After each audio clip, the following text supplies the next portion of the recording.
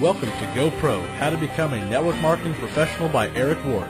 You are now listening to CD2, which is titled Success Concepts.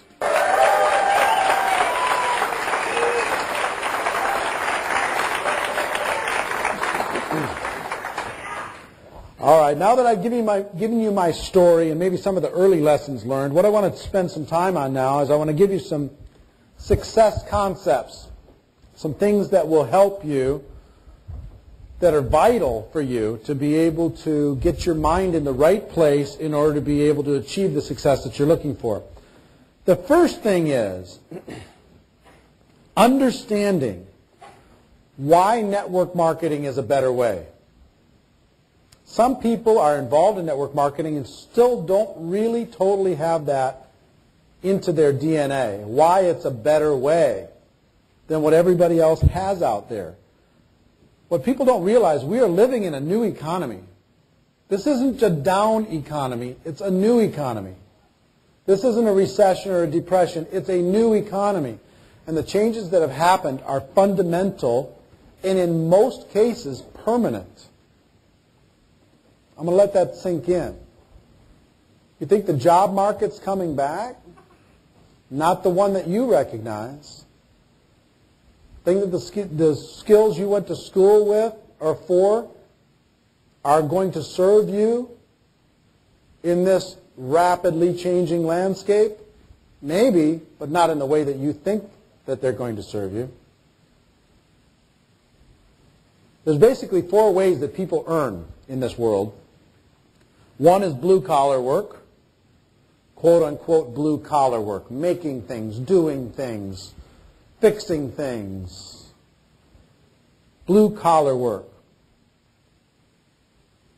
And crazy enough, doctors would be blue-collar work. Dentists would be blue-collar work. They're fixing things, doing things. And there's a certain amount of satisfaction. It's not just people digging ditches, but the physical things, there's a certain amount of satisfaction in blue-collar work, doing something, making something look nicer than what it did. How many people in this room have ever done blue-collar work? There's a certain amount of satisfaction there. But can you get wealthy there? It's very difficult to get wealthy. Does your body tire there? Yeah. Is it sometimes dangerous there? There's a lot of danger. So most people have had some level of blue-collar work. Nothing wrong with that. But to create wealth, this is what we're here to talk about. Can you get there with that? The answer is very, very challenging. Second is corporate work, working for someone else. How many people have ever worked for someone else? You know what that's like. Corporate work, this is the biggest landscape change in the history of the world that's happened in the last 3 years. And I will predict in the next 5 years you'll see the biggest change of all of our lifetimes. What my friend Randy Gage says, safe is the new risky. What everybody thinks is safe is the new risky. It's the most frightening place to be, is working for someone else today. Let me tell you, first of all, what's happening in the workplace. And I have been all over the world, literally. Most countries of the world I've visited, and visited in the last 2 years. And I will tell you what I see worldwide is the same thing that's happening here in the United States and North America. Step number one is layoffs. This implied contract between employer and employee, if you're loyal, if you put your head down, if you'll just do your job, we'll trade that for job security. I talked with my friend Les Brown last week, and he said, there's no such thing as job security. Not anymore. Maybe your parents had it where they were. Maybe your parents' parents had it. Maybe they didn't. They had it for a little longer than is even offered today. But the layoffs in the United States alone, currently, as this program is being recorded, real unemployment is approximately 20%. Unemployment on the unemployment rolls is about 10%. But there's people who have lost their benefits and moved in with their family. There's people who are underemployed. They're part-time, not by choice. And they don't have benefits and they need to be full-time, but they're not, so they're taking the part-time job. And people who are, I mean, if you're 55 today looking for a job in this economy, wow. What a miserable place to be. Put your whole life into somebody else, build somebody else's dream, and then when you turn around, now you have experience, they say we don't care about the experience because you want to get too much money. 1 out of 5, ladies and gentlemen. And you think that's about to change? Most of the jobs that were eliminated in the last 2 years were permanently eliminated. Most of them. Technology, outsourcing, part-time work. And the other big thing, how many of you have worked inside a company? How many, when you worked there were people literally hiding inside that company? That's 10% of most companies have hiders. Not only hiding, but distracting other people from their work.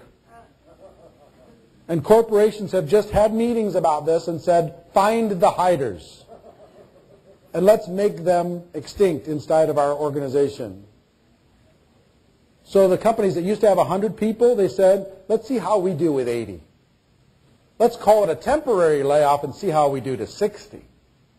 And they're still having meetings right now about you, saying, can we do without them? Is there any way? So layoffs, in my opinion, are going to be a recurring phenomenon in our service-oriented world. They're going to find ways to do it with less and less and less. And because of the cost of health care, they're going to take people from full-time to part-time. So that's phenomenon number 1. Phenomenon number 2 inside the workplace is asking you to work harder for less money. Income reductions, voluntary income reductions. You used to get paid $50,000. They say, look, we'd love you to keep your job. We think you're great here, but we need you to do it for $45,000. Now, if you don't agree, we understand, but there's a long line of people outside the door that's willing to do it, and we'd rather have you than them, but I was told by the guys upstairs, if I don't do this, then it's me. So, income reduction, and the second part of it is the biggest phenomenon, asking you to work harder for the same money. Instead of 40 hours, we need you 45, we need you 50, we need you 55. Oh, how about overtime? What do you mean overtime? This is survival time. You get to stay if you come longer. True or not true? True. Everywhere. The biggest phenomenon that's just starting to happen is number 3, which is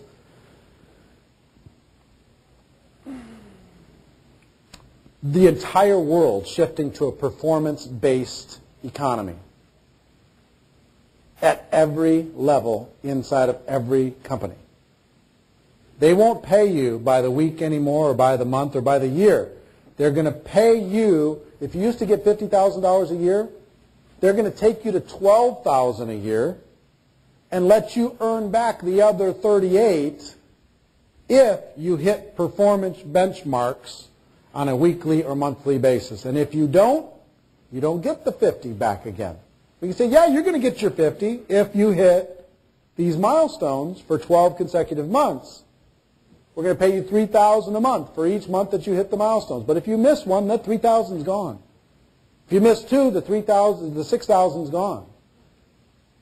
So you got to hit the benchmarks. Now, anybody who's worked in a sales environment where you've had performance-based pay, how many people in here have had performance-based pay? What happens when you hit your numbers? The next year, they raise the numbers. What did they basically force you to do? Work harder for the same money again. And what if you're a rock star and you perform 2 years in a row? Raise it again. Get used to it, ladies and gentlemen. The people in this facility right here that are cleaning the rooms are very closely, if they're not already there, going to get paid by the room, not by the hour. It's not just people serving you your food in your restaurants. Everybody's going to be on a unit-based, performance-based, the entire world. Managers will be paid performance-based upon the people that serve them. It's going everywhere. Everywhere. Worldwide. So if you're going to be in performance-based anyway, why would you go into that system versus this system? That system which is progressively going to put the screws to you if you decide to perform. Put the screws to you. Put the screws to you. Versus the one that celebrates you the more you perform and takes the limits off the more you perform and appreciates you more than you perform. And all you've got to do is you've got to drop this thing that my friend Les Brown calls learned helplessness. Our entire society has been trained and learned a pattern of helplessness. In other words, we have this need from birth to be told what to do, where to go, what to say, how to perform, what skill to learn. Okay, tell me to do it. You've got to be able to shift away from that when somebody comes to you and says, red pill, blue pill. Learned helplessness or freedom. You're going to have, you say, well, no, if I come in network marketing, I only get paid on what I perform. Yeah. And tell me about your current situation right now. Seems to me it's the same and worse. This is pure without the politics. If you want to stay inside of a corporate model, you have one of two choices. Choice number one is to perform, is to achieve, is to be all you can be. And what has to happen the moment you'd make that decision? What do you have to become good at in order to be able to do that? The moment you do that, what happens? You become a target inside of that organization. The moment you decide to perform, you become a target. The person above you becomes threatened that you're coming after them. The person alongside you that are looking for the same promotion become threatened and they start shooting at you. The person below you start grabbing you by the ankles to hold you down, whispering things about you at the water cooler every time you're out there trying to perform, right? So, if you have to perform, what goes with performance inside of a corporate structure? Politics. How many people love politics? Not a sign in the room. How many people would like to just walk away from politics and let performance handle everything? Wouldn't that be great? Well, then you can't work inside a company. You ignore politics inside of a company and you'll become a statistic. You will not get the raise. You'll get your butt kicked out regardless of performance because you cannot outdo the politics of what people will do to you. So inside of a company, you have choice number one is to perform. Choice number two, hide. Hide. H-I-D-E, hide. Put your head down. Don't speak up in meetings. Don't offer your opinion until you validate what somebody else said, and only if they have power. Put your work in. Show up on time. Don't raise any eyebrows. Don't let your name show up in any meetings. Don't be remarkable. Get through it. Get your pay. Go home. Wait for your 2 weeks vacation. That's your other choice. Have you ever seen the average cubicle? I like watching documentary television from time to time. It's interesting. If you take a look at the cubicle, what does the cubicle have? It has a workspace. It has a chair. Usually has a plant to warm it up. It has a couple toys, knickknacks, a little bobblehead, something to let people know that you're fun.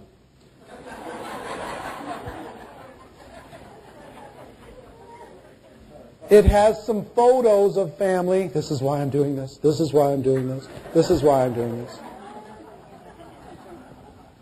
Then if you ever see, like on the Discovery Channel, when they do a jail cell, what does a typical jail cell have? Has a workspace, has a chair, has some plants, has some photos. And you think, well, you think the bars are any different than the bars of the cubicle? Try and walk out when you're not supposed to. Do that more often than you're supposed to, and watch what happens.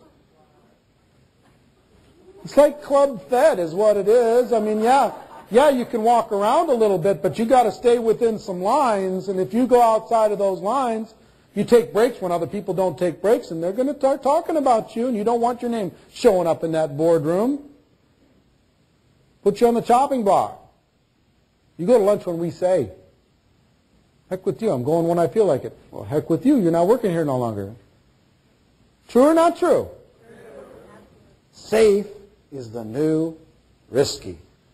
Scariest place to put your future is in somebody else's hands. In today's performance-based economy, why? The only reason why is because of learned helplessness. You've been told by your parents and your friends and everybody else, get a job, get your benefits, get your 401k. How's that doing for you? Not so great. We've got the greatest story in the history of the world, and yet people in this room and people inside of our profession apologize for it on a regular basis. Yeah, this is something you could do on the side of your real job. What? Hello? You've got to step into a different posture. We are rescue people. You know what I do every day? I rescue people from desperate lives. Whether or not they're willing to admit it to me in the first conversation. We've been taught that's dangerous. Admit your weakness is dangerous in the corporate world. So when you talk to somebody, you think they're going to admit, yeah, I hate my job and I want out of it so bad I can't stand it. No, they'll think that'll get back to their boss. They're not going to say that. They're going to say everything's going okay, yeah, it's going all right, but you're going to have to develop a relationship for the wall to eventually fall down, and it will. I'm a high performer and I'm tired. I'm a solid corporate worker and I'm scared. I'm not on the list today, but I could be tomorrow. I don't know. I'm a small business owner and I'm freaking out with this economy and all the stuff that gets put on my head every single minute. I need somebody else to do the heavy lifting. Please let somebody else do the heavy lifting and let me bring some leadership and passion. Please let that show up. And then you knock on their door and you give them a phone call. They don't know that you have the answer. You have to get through a few layers first, and we're going to talk about that. But I want you to be solid that we do have the answer. We do have the better way. You have to be reminded with that every moment of every day for a while until it becomes a muscle. Not just a service.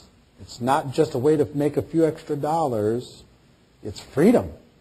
This is an escape plan. Third way people make money in today's world is in sales. High-end sales. How many people in this room have made a living in sales? Okay, salespeople. Here's the challenge with salespeople. Two challenges. One is they're a wild bunch.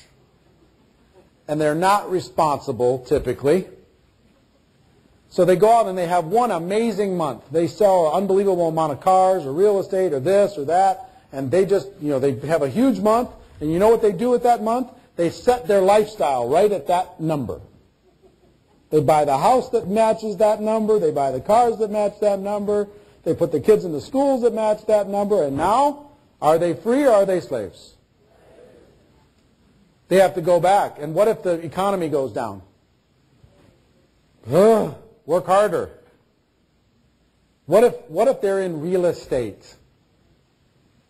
They've had to make some big choices in the last 5 years, real estate professionals, some of the sharpest people in the world. Mortgages. What mortgages?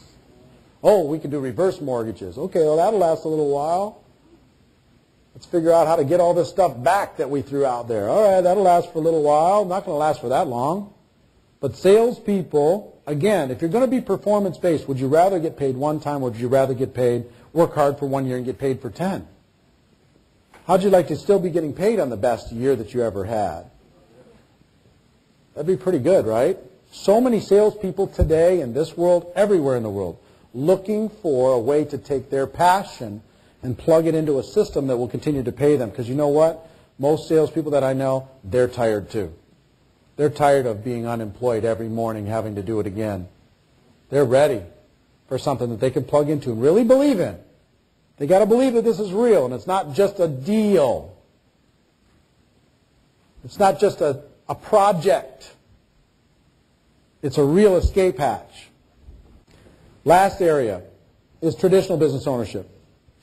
Traditional business ownership. How many people in here have owned your traditional business, non-network marketing business? You all know what that's like.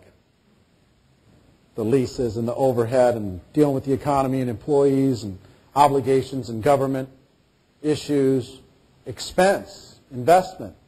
Quickly, show of hands again that have done that. What was your investment approximately to start your business, if you don't mind me asking? A couple $100,000? $500,000? Yes? $5 million? 150? 40? 10,000? Anybody else? 80,000? Yours, miss? 150? 100? 10,000? 25,000? All right, you get some ideas, yeah? Is that all it takes, and then after that you don't have to spend any more money? Oh, that's just the price of entry? That's for the right to spend more money? Most people in small business would like a return of their investment, not on their investment. Please just let me get it back. Please just let me get it back. I'd be thrilled if I could just get it back, right? That's the price of entry. And then you know what? You took the thing that you were good at, and you don't get to do it anymore. Because you have to be an accountant and a lawyer and a bookkeeper and an employer of people and your marketing of your business and all the stuff. Let's say you love making cookies. You don't get to make any cookies anymore. Everybody else does that while you try and do something that you have no skill set doing. And because you have no skill set doing it, very few businesses survive. But what if you had a business where all the heavy lifting was done for you? Do you realize what we have, ladies and gentlemen? The infrastructure's done. The rules and regulations are done. The investments are done. The millions have been paid by somebody else. And you are, in essence, the owner of that infrastructure without having to spend a penny into it. Do you realize that? Most don't. Well, yeah, the company, they're supposed to provide that. No. You know what a franchise will charge you for the access to infrastructure? They'll keep you broke forever. How many people have had a franchise in this room? One. What kind of franchise was it? Restaurant. How'd you do? Okay. I will tell you, if you want to own a Subway shop, spend $500,000 and you might earn $40,000 if you worked there. Well, what if I own 10 of them? Well, then you got 10 times the problem. And we have infrastructure where you can expand not only outside, and how many people have a business before? Show of hands again. Show me your hands. How many had one in more than one city? How many had one in more than one state? 1, 2. How many had one in more than one country? None. In this business, you can have more than one outside of your own city with no new infrastructure. What would it have taken to start a new business, a branch of the business that you started in another country? It's called bankruptcy. It's about basically how you describe it, yeah? Here you have an opportunity to build around the world. We have 17 different countries represented in this room. Some of you are, 2 or 3 countries. Some of you are domestic. Some of you have different things, lots of different opportunities. But I will tell you, the principle is the same. Your ability to leverage a system that's already in place, and you just bring your passion, but you're going to have to learn some new stuff. Bring your passion, bring your fire, bring your coachability, bring your leadership. You know what we do at the end of the day? We build a network. That needs to be everything that your focus is on. It's not about recruiting. It's not about selling. It's building a network. And the network will make a place for everything that you want to do. I'm going to teach you today how to do all that stuff. That's what gets me fired up. Because leaving today, you got it. Yeah? So, I get fired up. Because there is no better way. I don't care what you say. Now, if you're an artist, and you're right now an artist, and that's your profession, and you love being an artist, you know what network marketing will let you do? Be an artist. On your time. If you're a teacher and you love being a teacher, and I'm not saying, I know that they don't pay you what you're worth as an educator, but if you love being an educator, be an educator. And let network marketing allow you to do it on your terms without the stress. See what I mean? So I'm not saying that this has to be your absolute end-all, be-all passion. It's a resource and it's a tool to help you do whatever it is you want to do. You want to start 100 orphanages around the world? This can be a tool to help you do it. You want to put your kids through college? You want to leave a legacy, a foundation? So everybody in your family is taken care of when they hit hard times 100 years from today? This can be a legacy to help you do it, So, we have a better way, number one, for all those reasons I just described. Second, there's different ways that you can approach this. There's 3 different ways. Posers, amateurs, and professionals. Posers, amateurs, and professionals. Posers come in hoping for something for nothing. Posers come in basically buying a lottery ticket. Posers come in and say, I hope I get lucky.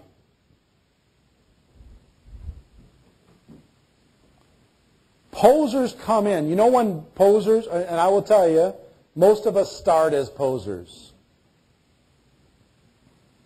And then we shift. Because I'll tell you, the moment most of you joined this profession, what happened in your head. Want me to show you exactly what happened? Here's what happened. In your head. I can think of 3, 4, 5, 6 people that might do this too. If I can sign my brother, he'd crush this. My best friend, they'd be amazing. Oh, there's that other person I know that if they rip this thing up, oh my gosh. Okay, so where's the paperwork? Sign me up. Give me the paperwork. I'm ready to go. Once that list becomes exciting enough in their head, then they go, okay, sign me up. And what are they saying when they're saying sign me up? Please teach me a new profession. Are they saying that? No! They're saying, if I can hurry up and get these other couple people in, maybe I can kick back and make a bunch of money. 95% of the people who join our profession, we got to change that percentage, how we represent ourselves, and how we're presenting our opportunities, something for nothing, free money, all that garbage. All of us. You've fallen into that from time to time. Earlier this morning, maybe, you talked to somebody. You got to resist that because it's not true, number one. People don't believe it, number two. It creates a bad reputation, number three. And our hope is that we can take those posers, because those posers go out, they talk to those few people, the people go, boo, they say no. And because they said no, they bought the story and they say, well, this network marketing clearly doesn't work. I'm out of here. Thanks a lot for bringing me into this. And then when somebody says, well, hey, have you heard about network marketing? Oh, I know everything about it. I've tried. I know everything there is to know. Translation, they joined something. They got a few products. They talked to 4 people. The people went, boo. That's their entire network marketing career. For 90% who think they know what it is that we do. They have no clue what it is that we do. Posers, group number 1. Biggest group. Second group are the amateurs, saying, you know what? I realize I have to get past being lucky and I've got to work on some skills. Now the amateurs are exactly that. They want to become professionals. They're in training to become network marketing professionals. They're learning some skills. They're, instead of a mental list, they make a written list. Instead of mental goals, they write down their goals. Instead of other people going to events, they come to events. Instead of just coming to the events, they're at the events taking notes.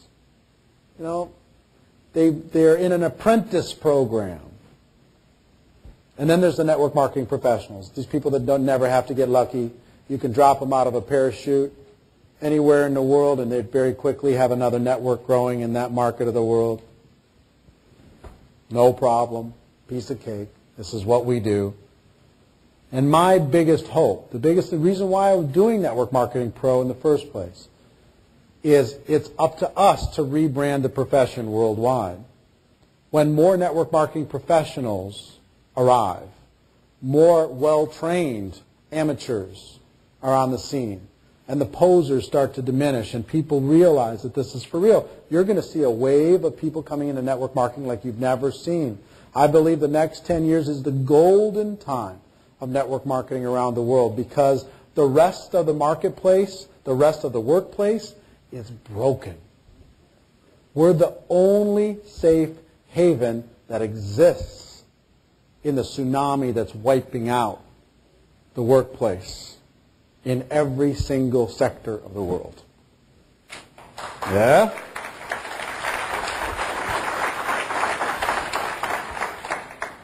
All right. Hold on. Bear with me.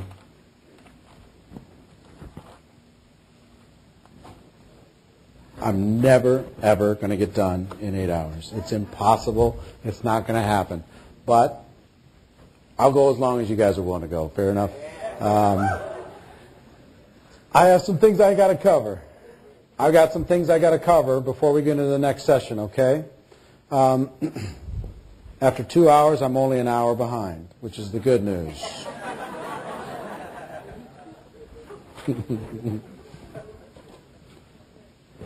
Okay, can I put this here, do you mind? Things I'm going to very quickly cover. Some of the success concepts that I'm going to cover, in addition for you getting your head solid on what network marketing is, what it can provide for you, what it means to you. Things I want you to understand with this. 3 elements to the network marketing, your network marketing profession. There are the products or services. There's the financial opportunity. And then there's you. What that says, the bottom 2 are constants. They never change. But when they change, everybody has the same opportunity. So if somebody's succeeding selling your product or service and you're not, it's not the product or service's fault. If someone's succeeding and making more money than you in your profession and you're not making as much as them, it's not the financial opportunity's fault. Do you have one compensation plan in your company for men and one for women? No? One for African American, one for Caucasian? No? One for people in South America and one for people in North America. Is that different? No. Now, is that true in the real world? In the real world, it's different. I'm telling you.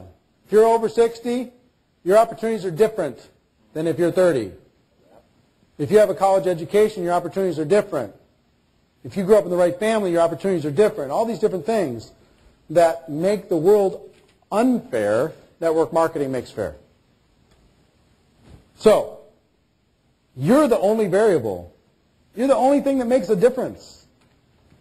So if somebody's doing it, find out what they're doing and do it.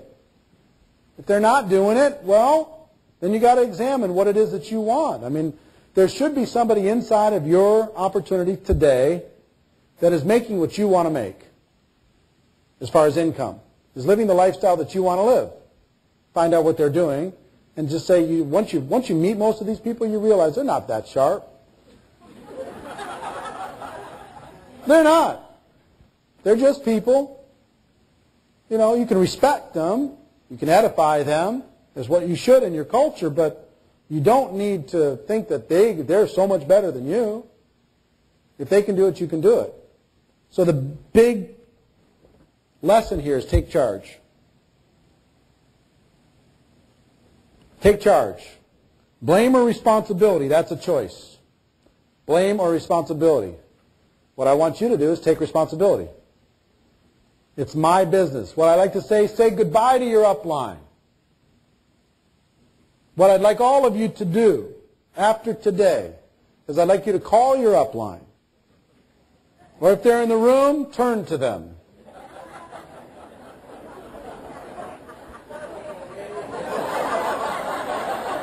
Hold on. And I would like you to say to them, thank you for the opportunity. You don't need to do it this second. Hold on. We can do it at the break. Thank you for the opportunity. I appreciate it. Me getting into business for myself was important. Thank you for introducing me to a company that you believe in and that I believe in, with products and services that we believe in. But I'll tell you, when it comes to building, from now on, I will use you as a resource and never as an excuse. I will use you as a tool, but never as a reason for me to succeed. You're there. From time to time, I may call on you. If you're not available, that's okay. But I'm going to build my business from here. It starts from me. They become a resource and only a resource. So many people have knocked themselves out of network marketing because my upline didn't say this and my upline didn't do that. You have a good upline. Yours is great. Mine sucks. Blah, blah, blah, blah, blah. And you know what's been strange to me? Since my second year in the profession, my upline became invisible. In my mind, since my second year in the profession, I was sponsored by the company. In my mind, I was personally recruited by the company. And then I have other resources I could tap into as other people, but I don't need it. You know, the resource might be the system that your team promotes. That's a resource. It's not an excuse. It's not a limiting belief. It's a resource. You understand? I'm talking about growing up in the profession. I'm talking about going from amateur to professional. It's a mindset of saying, I got this. And when hard times come, it's on me. I'm going to resist the blame virus completely. And even if someone treats me badly, if they disrespect me, if they hurt me, it's still my business. I'm going to move forward. I'm not going to let that be an excuse. Even if they're in your downline, upline, anything else, be the leader and go. This is the biggest defining moment for most network marketing professionals, is the moment that they take charge and they're not part of someone else's dream and they become a builder of dreams. Take charge. Next is your comfort zone. You're going to have to get uncomfortable. If you want to get where you want to go, that's why they call it growing pains. Understand this. And once you get this solid, guys, it gets easy. Here's the thing. Once you accept and take pride in the fact that you are going against the grain, when you take pride in the fact that you're not a follower, you are a leader. When you take pride in the fact that 95% of the world disagree with what they think it is that we do. And you take pride in the fact that you're on the right side of that equation. You're not embarrassed by it. You're not worn down by the fact, gosh, why don't people see this? Why don't they understand? I talked to them, they said no. Right? You don't want everyone to say yes, because if everybody said yes, there'd be no money here for the professionals. They'd take it all. If it was the easiest in the world, the company would send out the information via the internet. It would get to everybody. They'd all sign up. They'd pay no money to you. You know why you can get paid $1 million a year here? Because it's hard. Because we're in the business of getting people who used to buy into this learned helplessness mindset and getting them to a take charge mindset. That's what we do for a living every day, is we help people that used to be blind, and we help them see. And they're going to say, no, no, no, I'm not blind, I'm not blind, I'm not blind, I'm not blind, you're stupid, I'm not blind, you're stupid. You can either get upset with that or just with patience, slowly get them to see. Just a little glimpse. And then they go, oh, oh, oh. And then as soon as they come in, they're going, why don't these other people see? I don't understand. This is hard. It's hard. They said no. I don't get it. They say they're too busy.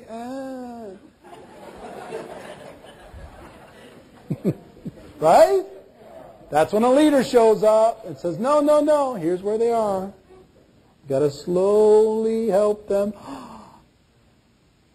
We walk around every day, red pill, blue pill. The first conversation with Neo, he was not interested.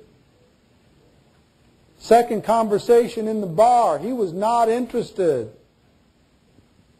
What was it, the fourth or fifth conversation before we finally got to red pill, blue pill? He was like, la, la, la, la, la, la, la, la, la. They sent him a message, and then they sent him a cell phone. Cool cell phone. Popped right out. Right? And then they tapped on his shoulder in the bar, and then they did all this stuff. Then they finally said, okay, you're ready. Red pill, blue pill. Took off the glasses, and he saw the world for what it was. And there's some people, that movie's such a great lesson for all of us, but there's some people that even when they take the glasses off, they go, it's too ugly. I want the steak back. I don't want to remember nothing. And I want to be rich, and I want to be famous.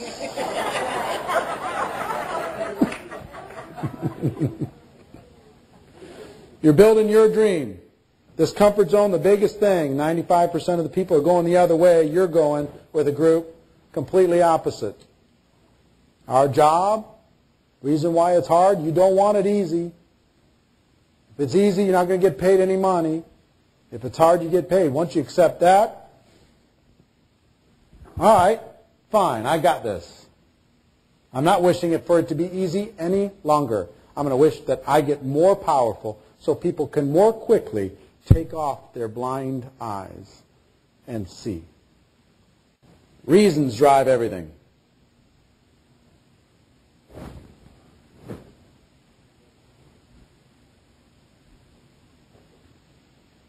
Reasons drive everything. 3 questions. What do you want from your network marketing career?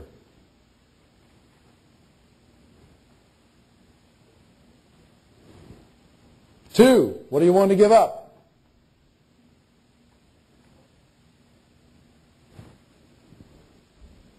And 3, who are you willing to associate with during the process?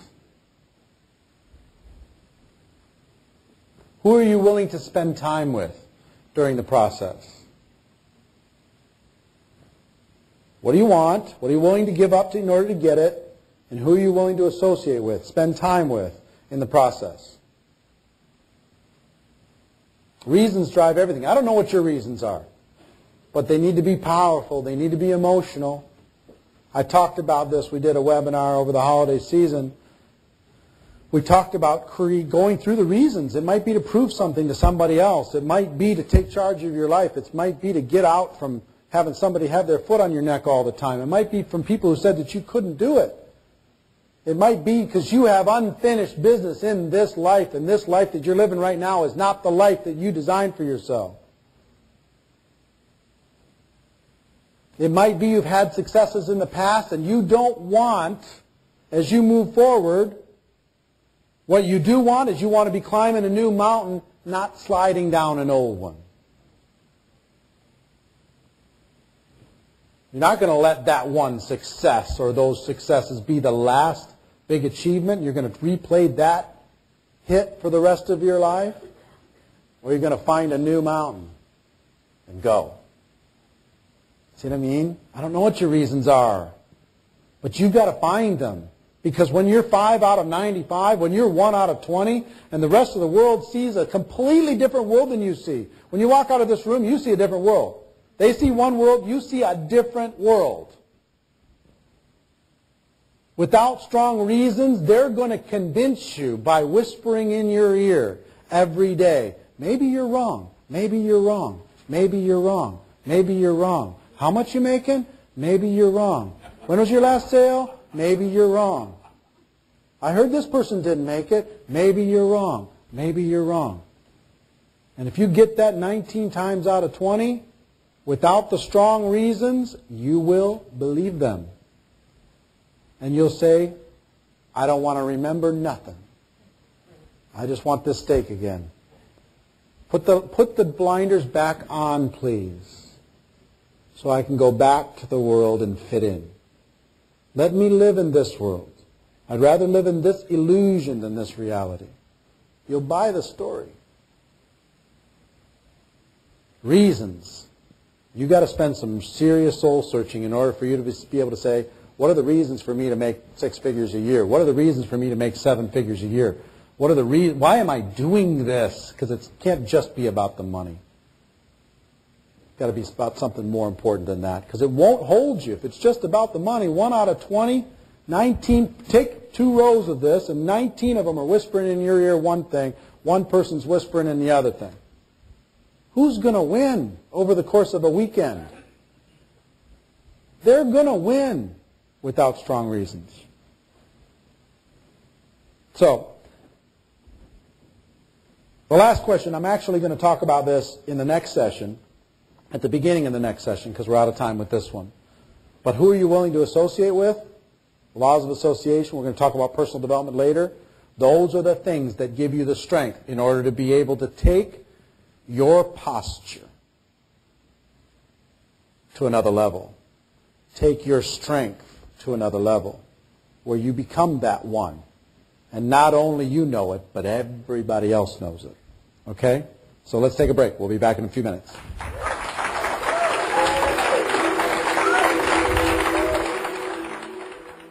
This concludes CD 2, and you are now ready for CD 3, titled Getting Started Right. Thank you for listening to Erric Worre's Go Pro, How to Become a Network Marketing Professional audio album. For more business building resources, visit networkmarketingpro.com.